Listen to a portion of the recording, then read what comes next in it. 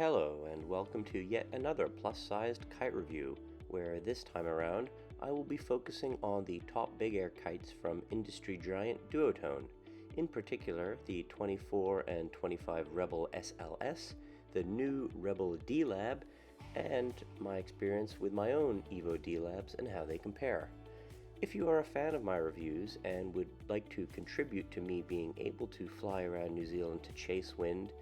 and be able to keep making them with some regularity, I have set up an online page for the option of tipping.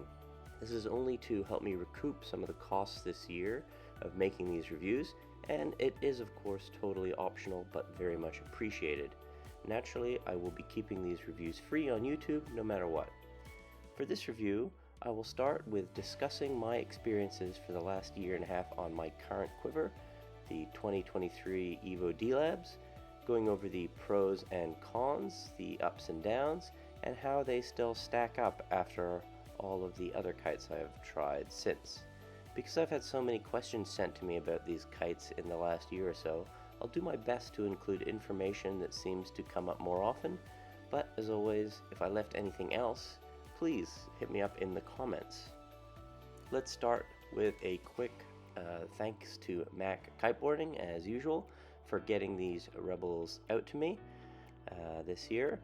And you will see the Jaime board they sent me for the board review as well in a lot of the footage. Since my board review, I should update that I have held on to this one to continue reviewing Duotone gear, and I also have been finding that this bigger board size, the 139, has been very handy for the lower to mid-strength winds, where my Atmos Carbon 138 just wouldn't stand up. I've been slowly getting the hang of riding it since the review, and although I still find it a bit challenging at times to keep my control as the wind creeps up, and I don't tend to jump as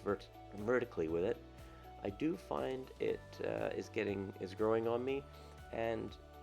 it seems to ride a fair bit larger than my Atmos, so getting upwind in lighter winds has been great with it. If you have not seen my original review of the SLS 2023 and the Evo D Lab that led me after only one season to buy my first Evo in my current quiver, then I highly recommend starting there, as I will no doubt be referencing it a lot, so I'll put a link to that video in the description. Given these Alula Evo D Labs were by far the most expensive kites I've ever owned, I thought it would be funny to work out how much they cost me per hour for use thus far, and to better explain why, when I get asked all the time what kites I will be buying next, my general answer is, I'm probably going to need at least another year on these D Labs to get my money's worth. My current personal quiver is still an 8, 10, 12, and they have all seen at least 50 or more hours on each of them, with my 10 alone having seen over 130 hours of ride time since I bought it, so it has certainly been the best value of the bunch, costing me to date around $26 per hour of use, excluding the cost of the bars of course. The 12 is also still a pretty good deal, so far at $36 per hour. My 8 meter, sadly, despite a month-long trip to Cape Town last year, is still sitting at over $130 per hour of use so far, but that was certainly the most enjoyable time on the water, needless to say. In terms of their durability and wear, each kite has held up quite well, but I do take very good care of them of course. I never roll them up after a session, but instead use larger, softly folded panel-like folds when packing up, and I never try to inflate them without first manually unfolding them. If you didn't know, rolling up Alula or inflating a folded Alula kite isn't the friendliest move for your bladder, given how stiff the Alula material is. One significant fault with this model has been that they all need a bladder replacement within the first year due to them getting micro holes that caused very slow leaks, which was due to the original versions of the bladder being too thin or perhaps lower quality, I believe. Duotone has since replaced the bulk of these on the market as far as I'm aware, and Duotone were kind enough to send me free replacements for them and newer ones that were more robust, each weighing a little bit more, approximately 100 grams for the 8 meter, for example. Annoyingly, because I am down in New Zealand, it did take a few months for them to get here, and I had to pay a local kite shop to install them as I was too chicken to try it myself. On a couple of the kites, I've needed to get repairs done to the deflate valve on the wingtips, because I found out after the second one going that the bridle can actually get caught on it when you self-launch, or are not paying very close attention to it when another person launches you as they flip the kite and it gets caught on it. As seen here, I don't think this is a fault of the quality of the manufacturing, but perhaps a poor design that it's even possible to happen like that. Either way, I glued them all shut and put zip ties over it so it won't happen again, and they have been fine ever since. There is also some noticeable wear along the Alula material itself, unfortunately, and the fabric is starting to split a little bit on a couple of my kites. I have seen some even worse wear on friends' kites, as you can see in this image here. So the few of us who did buy Evos around the same time last year are starting to worry when that Alula is going to start being a problem. Other than this, my kites have held up really well, and I've really just had my main issues with the truss bars themselves. As you know from my other videos, or perhaps my Instagram, a few of us who got them did have issues with line snapping. So we have since replaced all our Duotone lines with Linesmith lines, and had no issues with them since. Duotone have since done a recall on the lines on that 2024 bar, so the 2025 might not have the same issues, but why take the chance in my opinion. You may also notice that I have started to use the Harlem bar a lot lately. This is particularly because I like the bar and its design, as I point out in the Harlem Thrive review, but also because I have had a really hard time getting this particular replacement part for my truss bars, and I'm also admittedly starting to get a bit more nervous about using them after a year and a half. At the start of the year, while I was chasing up the bladder replacements, I was in contact with several people from Boards and More in an email chain about buying a whole lot of these to go with the bladders. And to their credit, eventually they sent me 2 of them for free with my bladders. But when I kept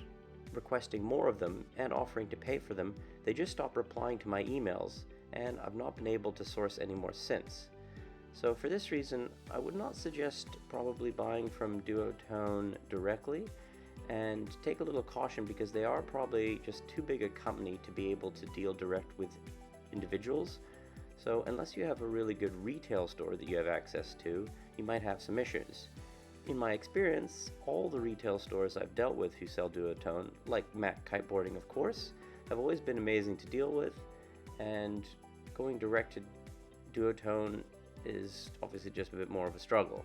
So at least if you're like me and are far away in a small market, of course. So somewhat self-inflicted bladder or line fault related issues aside, my kites are still going well, and fingers crossed they last another year. In terms of their performance, well, if you've seen my other reviews, you'll know that in my opinion they have so far remained the benchmark for overall performance kite, that no other model I've tried has really come quite so close to on the whole when you also factor in things like their wind range and versatility for other disciplines. Sure, there are other kites that now are easier to use, particularly for big air in the smaller sizes, or are easier to progress with, but when you factor in everything in terms of potential performance, from boosting potential to hang time to low end power, multi-discipline versatility, all with some of the lightest bar pressure, I still think the Evo D Lab has been the top of the pile of all the kites I've been trying. The ability to ride a kite size down from your mates if you are the same size, or like me happen to weigh 15 to 20 kgs more most of the time, but can still ride the same size kite as them and always have the same low end and max power is just such a blessing. Their huge wind range as well has been great, as they do really account for almost 2 whole kite sizes. So if you look at my 8, 10, 12 quiver, I'm very rarely feeling like I needed a 9 or 11 meter in the times that I've had them. In terms of top end, they're of course so light and responsive that although quite challenging to get the hang of at first, once you have, I've found the 8 meter allows me to be on the water for much longer sessions in the really nuking winds without tiring as quickly, and the potential power and lift they give me are still unlike anything else I've felt in any other kites that I've tested. to the point that I am fairly confident my only 2 ever jumps over 30 meters so far on Woo would have been unlikely to have happened on any other kite. It is definitely worth considering that, of course, I do ride these kites the most, so I am the most familiar with them now, more so obviously than any of the other kites I'm testing, but I am still fairly confident that they offer the most of any kite out there so far since their release. Now, with that said, they are certainly not the most recent kites to hit the market from Duotone, so let's get into these various rebels that have joined the range since their release. If you have not seen my last video, as I mentioned, it is worth checking it out, as most of my general feelings about the Rebel SLS in particular are the same, and I still really enjoy riding each of these kites, at least in the 9-meter sizes I have tested. They're just so super friendly for boosting, and offer perhaps the most easily accessible power on the market for all levels of rider. Now let's start the comparison updating the Rebel SLS models with the 2024 and 2025. Because the last time I'd rode a Rebel was the amazing 2023 model from the previous review, and I covered that a year or so ago. I did not have access to the 2023 model when I rode these kites, so it is a bit hard for me to give a very accurate account of how the kites changed from those years, but the first thing I felt when I tried the 24 model was that my idea of lighter to medium bar pressure had certainly shifted after a year on the D-Labs and other kites that I'd been testing, particularly modern Alula and Harlem kites. I found the 2024 certainly felt heavier than I remembered the 2023 model being. However, at the time I was also comparing that kite to my Orbits and my Core XR7s that I would ride a lot when the wind was 30 knots or more. I wouldn't say it was crazy heavy, just more so than I remembered the 2023 model being, so around the medium to light heavy in terms of overall pressure. In terms of the general performance, other than that, it felt very much the same as the 2023, but perhaps just a little gruntier, but not anything too significant for me to say for sure there was a dramatic improvement, particularly given I had ridden them a year apart. Going from the 2024 to the 2025, again, not a huge difference when you are comparing them to all the other kites on the market right now with newer fabrics and various design advancements, but I'd say enough for an enthusiastic, consistent Rebel rider to find some differences and potential advantages. The 2025 does feel a little bit friendlier in general, from being slightly lighter on the bar, and I would say a little bit more direct and quicker through the loops. Perhaps it was the shifting conditions, of course, I was riding in, but it might not as well be quite as grunty as the 2024, so it might have shaved off a touch of potential power for ease of use and looping potential. This is, of course, just a little bit of guesswork, as I was jumping similar heights on all the Rebels I tested in the respective winds I was testing them. With both of these models, there isn't too much I would say differently to that last review on the Rebel. I really enjoy how easy these kites are to just jump on and send big with, as they have perhaps the largest sweet spot for jumping of any kite on the market. There is still a little noticeable delay when engaging the bar compared to say my Evos or other top kites on the market that don't have pulleys, but I found I did get used to it fairly quickly. And I even actually went out and tested the 2025 model with 24-meter lines, as you can see in this clip, and found it also surprisingly easy to get comfortable with this honking megaloop being only the third jump of a fairly lit and very gusty session. The kite specialty is certainly going big and easily, with good stability in the kite and keeping you up there with some of the best hang time you can find, particularly for Dacron kites. I'd have to say they would probably be the best of the kites I've tried in terms of lift and hang time for Dacron, with probably the Code V2 coming in just behind them for hang time, and perhaps the Fly Surfer Era just behind them for boosting potential. Like in my previous review, I don't think these are the most ideal kites in say sizes 9 and up to get into for your first kite loops, but anyone with some experience looping should find them pretty easy to get on and fire some big ones comfortably. The kite certainly loops well enough though, as do most kites these days really, but they of course tend to go a bit lower in the window, have more pull on them, and you can put them in the wrong position through the loop that can make them hesitant to climb back up at times.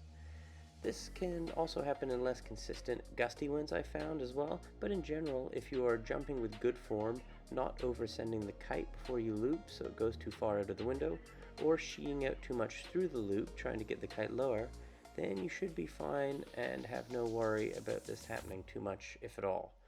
Because they tend to require a little more accurate piloting through the loops, they can be a bit nerve-inducing for trying rotations on, because the kites are a little harder to track as well, and they don't have as direct a feel sometimes as some of the other kites I've mentioned. They also tend to loop with a bit more power than some of the other top Dacron loopers like Orbits or Nitros, for example. Once again,